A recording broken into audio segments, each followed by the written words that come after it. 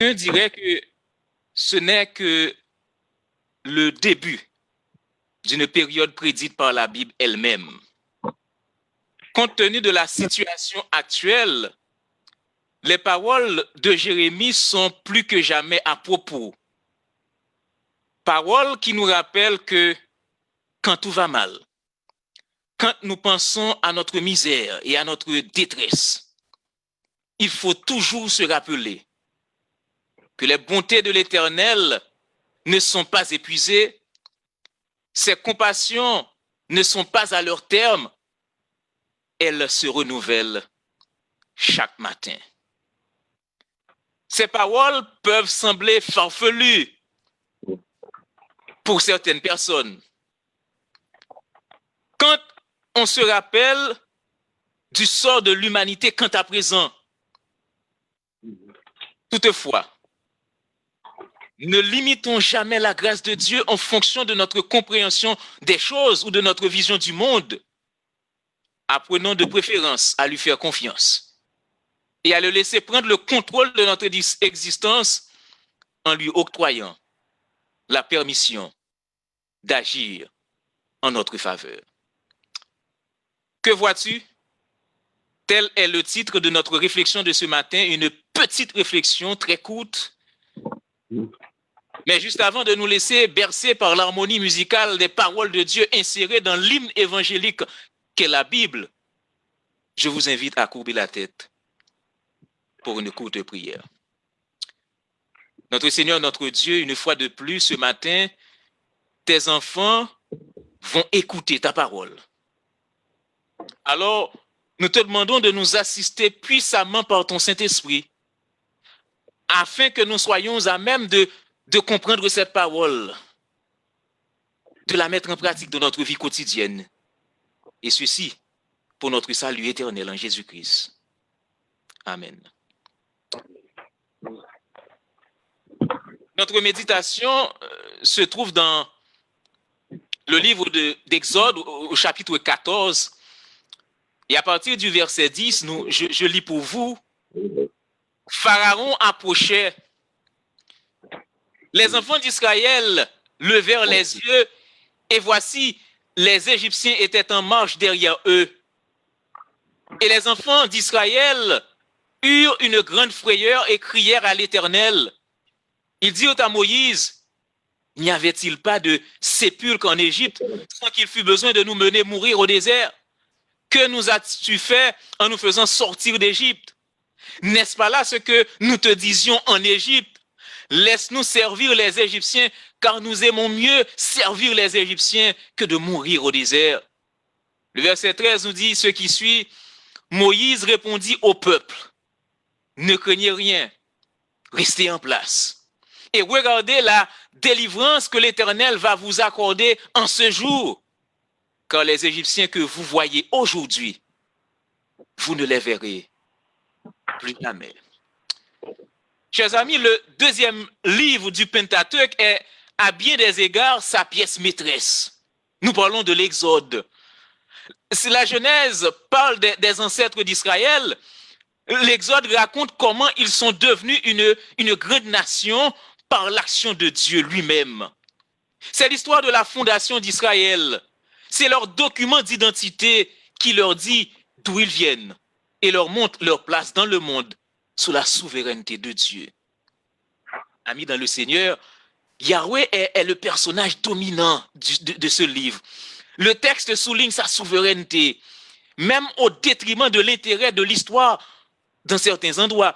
Bien que les Israélites soient essentiels à l'histoire, ils agissent rarement de manière indépendante.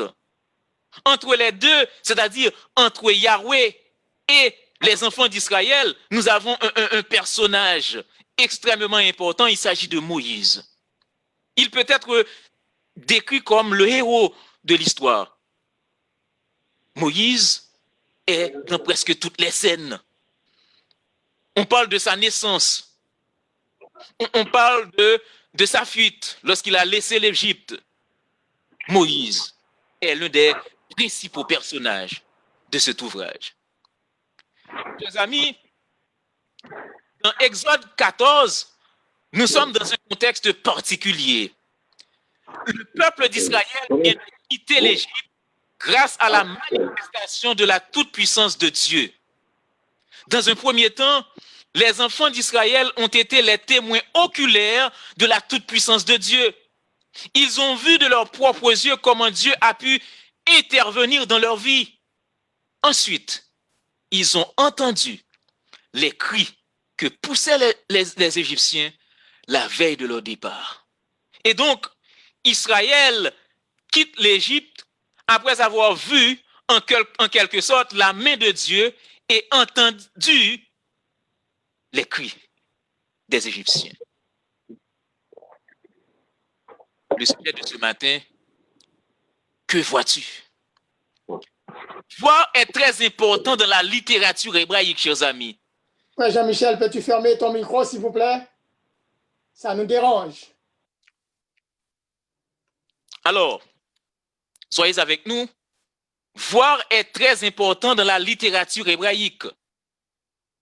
Mais ce mot, très souvent, marche de pair avec le mot entendre. Même lorsqu'il est dit que Dieu est vu, l'usage n'est pas strict. La vraie vision est dangereuse et inhabituelle. Voir Dieu, chers amis, est eschatologique, c'est-à-dire c'est quelque chose qui se réfère à la fin des temps. Même lorsque Moïse est face à face avec Dieu, soi-disant, il parle. Voir Dieu est une mise en scène de sa parole. L'appel est décisif. Et quel est donc cet appel? C'est l'appel à entendre la voix de Dieu. L'écoute implique l'action dans l'obéissance comme une véritable recherche. Chers amis, dans notre cheminement spirituel, voir implique plus que ce qui fait appel à la vue.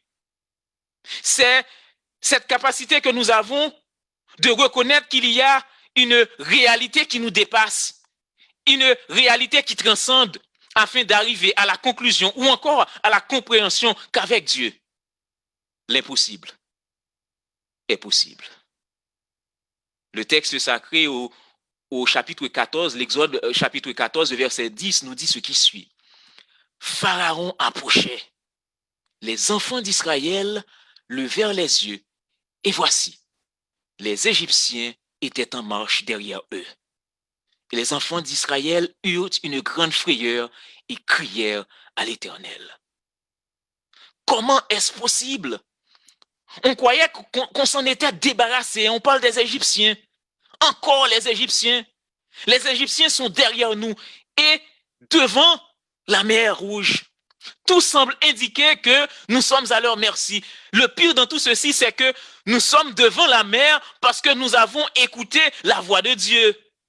En effet, les 2 premiers versets du chapitre 14 nous disent « L'Éternel parla à Moïse et dit « Parle aux enfants d'Israël qu'ils se détournent et qu'ils campent devant Pi-Hahiroc entre Migdol et la mer vis-à-vis de Baal-Séphon. C'est en face de ce lieu que vous camperez près de la mer. » Autrement dit, si nous sommes coincés, c'est parce que nous avons écouté la voix de Dieu par l'entremise de Moïse. Amis dans le Seigneur, il nous arrive très souvent de nous poser des questions par rapport à notre obéissance envers Dieu. Très souvent, il nous arrive de nous dire que nous sommes dans cette situation difficile, compliquée, parce que justement, nous avons écouté la voix de Dieu. Voir Pharaon et son armée est la résultante de notre obéissance à Dieu. Et c'est là que le texte devient intéressant. C'est parce que nous avons écouté la voix de Dieu que nous voyons présentement Pharaon. Le chrétien se trouve très souvent dans des carrefours où la seule réalité qui existe pour lui, c'est celle qui frappe les yeux. La réalité est que la vision de l'homme est limitée par ce qu'il voit, par la vue. Oui, la réalité est que aussi, très souvent, ou encore plus souvent qu'autrement, la vision de l'homme est différente de celle de Dieu. Chers amis, au chapitre 1er de la Genèse, nous lisons ces paroles qui relate la vision de Dieu au 6e jour de la création. Le texte sacré nous dit, Dieu vit tout ce qu'il avait fait. Et voici, cela était très bon. Ainsi, il y eut un soir, il y eut un matin, ce fut le 6e jour. C'est ce que nous relate Genèse 1er, le verset 31. La vision de Dieu après sa création, tout est très bon. Voilà le regard de Dieu. Si vous lisez le chapitre 1er de la Genèse, vous allez vous rendre compte qu'il y a 2 mots qui reviennent. Dieu dit, Dieu vit. Presque dans tous les versets, vous avez cette séquence. Dieu dit et Dieu vit. Et donc, ce récit nous ramène à la conclusion que la vision du monde et de la réalité est tributaire de ce qui est dit.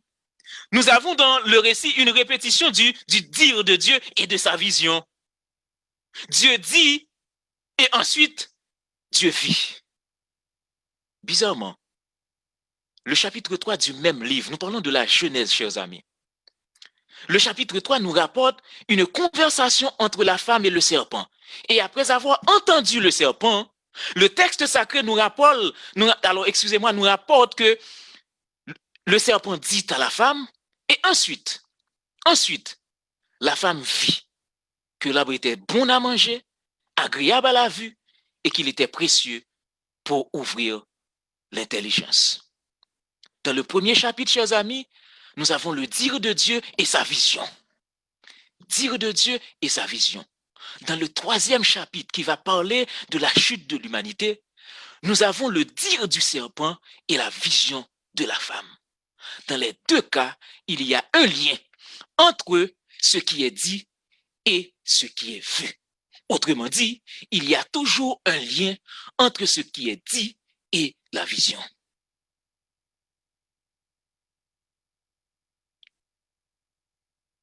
Le message de ce matin a pour titre « Que vois-tu » ? Que vois-tu ? Dans le récit de l'Exode, nous avons l'inverse au niveau de la séquence. Chapitre 1er, Dieu dit, Dieu voit. Chapitre 3, le serpent dit, la femme voit. Par contre, dans le récit de l'Exode, chers amis, qu'est-ce que le texte nous dit ? Les enfants d'Israël virent Pharaon et son armée et ils crièrent à l'Éternel et ils dirent à Moïse, n'y avait-il pas des sépulcres en Égypte sans qu'il fût besoin de nous mener mourir au désert? Le discours des enfants d'Israël est influencé par ce qu'ils voient. Après tout ce qui s'est passé, revoilà Pharaon qui est derrière nous. Eh bien, tout est fini.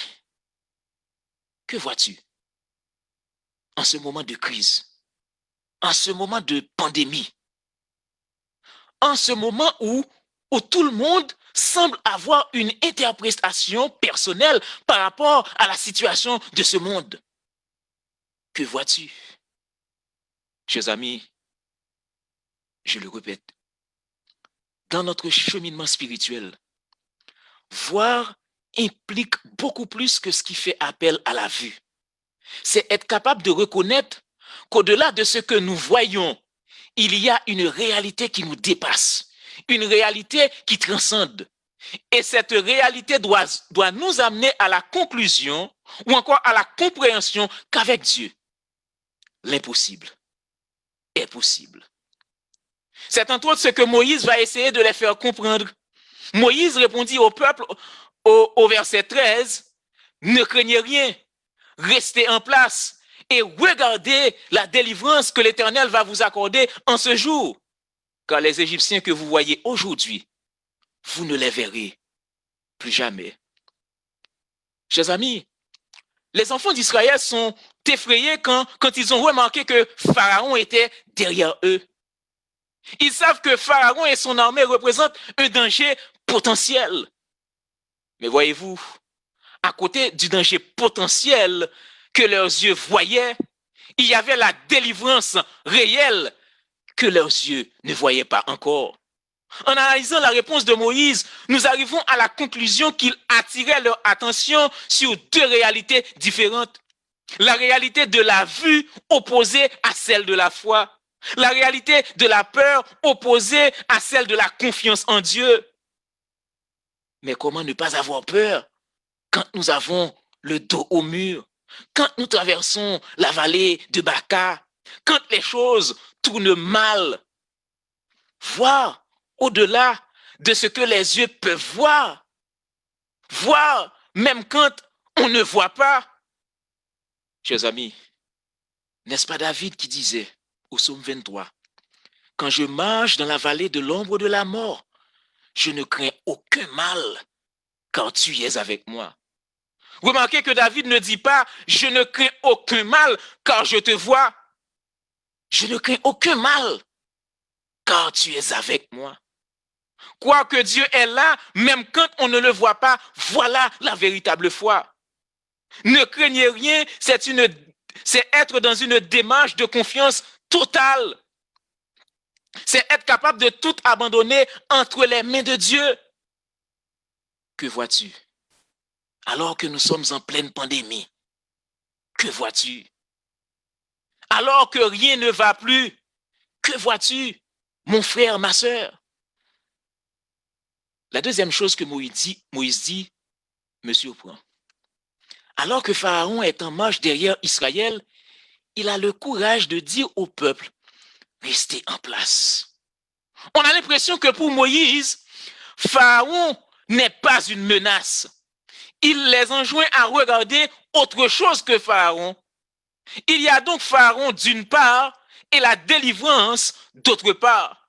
Le problème est que Pharaon est bien visible et que la délivrance relève de ce qui est abstrait, ce qui est invisible.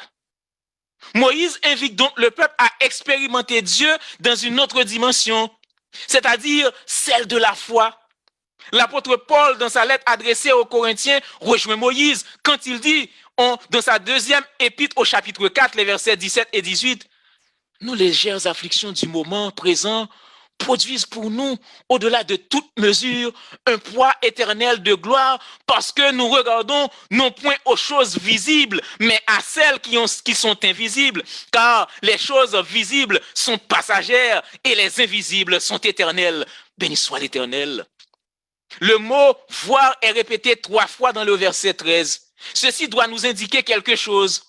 Voir, comme nous l'avons mentionné, c'est quelque chose de très important, chers amis. Remarquez que voir la délivrance, dans le verset 13, précède voir les Égyptiens. Aussi, Moïse appelle le peuple à se concentrer sur son avenir qui dépend uniquement de Dieu. Ils sont les gens qui vivent en fonction de leur passé. Quand le peuple d'Israël voit Pharaon derrière eux, ils se rappellent de l'Égypte. Ils se rappellent de leur passé. Ils sont prisonniers du moment, prisonniers de leur passé, et ils sont incapables de voir le futur, incapables de voir l'avenir. Mais ce texte nous invite à faire un pas en avant, à regarder l'avenir, à regarder le futur. Cette portion du temps qui est à venir, mais qui pour le chrétien est bien réelle. On comprend dès lors pourquoi, dans le premier verset du chapitre, Dieu dit, parle aux enfants d'Israël qu'ils se détournent. Chers amis, le mot détourner ici fait référence à un détour, à un volte-face. Pour être capable de voir différemment, il nous faut cette volte-face. Un changement de direction, changement d'opinion, changement de mentalité, changement de vision du monde. Et nous avons un mot en hébreu qui traduit ce mot détour. Et c'est le même mot qui est utilisé pour parler de la repentance. Les auteurs de l'Ancien Testament vont utiliser ce mot constamment pour montrer au peuple que pour avoir un avenir, il faut cette volte-face, il faut faire ce détour afin d'être capable de voir d'autres réalités que les réalités que nous avons en face de nous. Après tant d'années en Égypte, les enfants d'Israël pourraient être portés à quoi? que leur survie dépend uniquement de l'Égypte. D'ailleurs, Jacob et ses enfants sont venus en Égypte justement parce qu'il y avait famine. Donc, les enfants d'Israël sont portés à croire que pour vivre ou encore pour survivre, il faut rester en Égypte. Et là, ils voient une seule réalité. L'Égypte est une grande puissance. L'Égypte, eh bien, même si nous sommes esclaves là-bas, mais au moins nous avons la vie. Mais au-delà de l'Égypte, chers amis, il y avait Canaan. Au-delà de la terreur que peut produire l'armée pharaonique, il y a la paix que procure l'armée des cieux. En faisant la méditation de ce passage, je me suis posé la question à savoir pourquoi ce mot est récurrent dans le chapitre, dans le verset 13. Voir. Pourquoi nous avons ce mot qui est répété constamment? Les enfants d'Israël levèrent les yeux et voient Pharaon. Ensuite, Moïse qui dit, regardez la délivrance. Les Égyptiens que vous voyez, vous ne les verrez plus. Le mot voir est répété constamment dans ce chapitre-là. Mais en analysant le livre de l'Exode, je me suis rendu compte d'une chose, chers amis. Au chapitre 3 du livre de l'Exode et au verset 7, il est dit ce qui suit.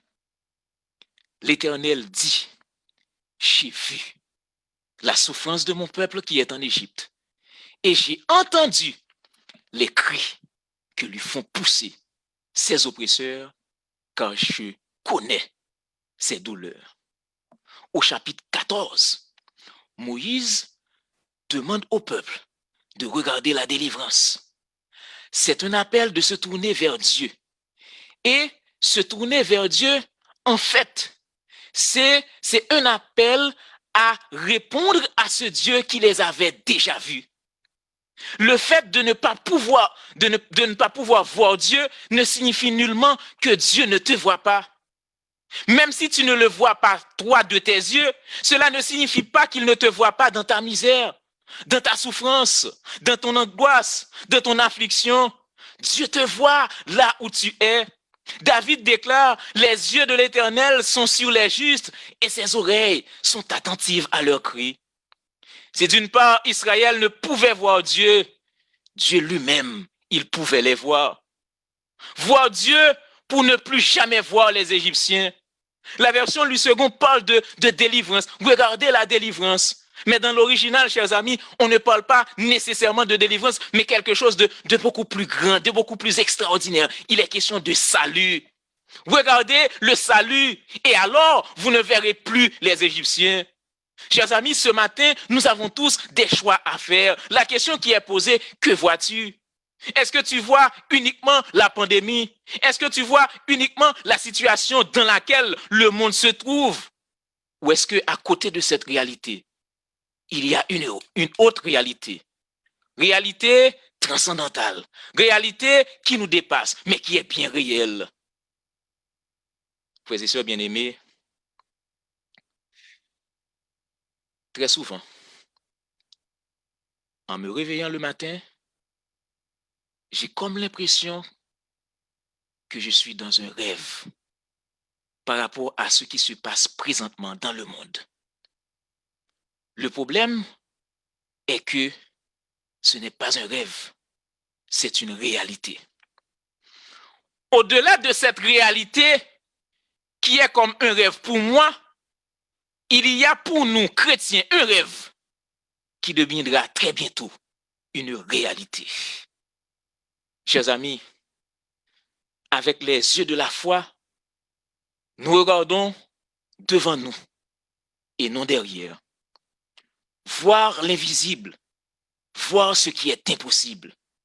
Chers amis, Dieu a emmené Israël dans un coin où la seule façon d'être sauvé, c'est au travers d'une intervention miraculeuse. Que vois-tu? Que vois-tu? Tu vois Pharaon, mais il n'y a pas que Pharaon. Dieu est là. il est tout près de toi. Que vois-tu? Pandémie? Vaccin? Récession? Haïti? Fuir les montagnes? Le texte est clair là-dessus. J'ai vu la souffrance de mon peuple qui est en Égypte. J'ai entendu les cris que lui font pousser ses oppresseurs, car je connais ses douleurs. Chers amis, Dieu nous voit dans notre misère. Dieu nous voit dans notre souffrance. Dieu nous voit dans notre inquiétude. Dieu nous comprend. Dieu entend nos cris et il connaît notre douleur. Mais au-delà de ce voir de Dieu, il y a son intervention.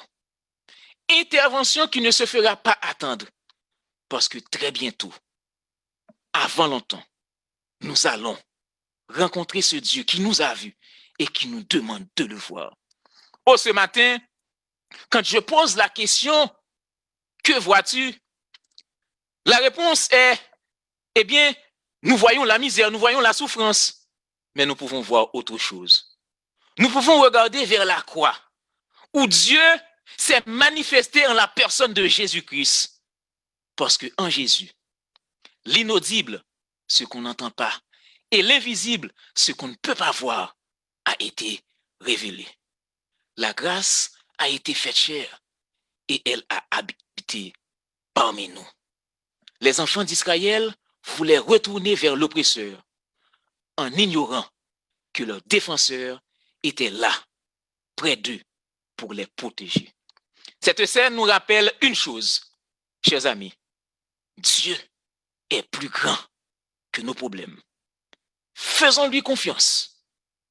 Et lui-même, au temps marqué, au moment opportun, il agira en notre faveur et il nous accordera la délivrance. Que le Seigneur vous bénisse tous. Amen. Amen.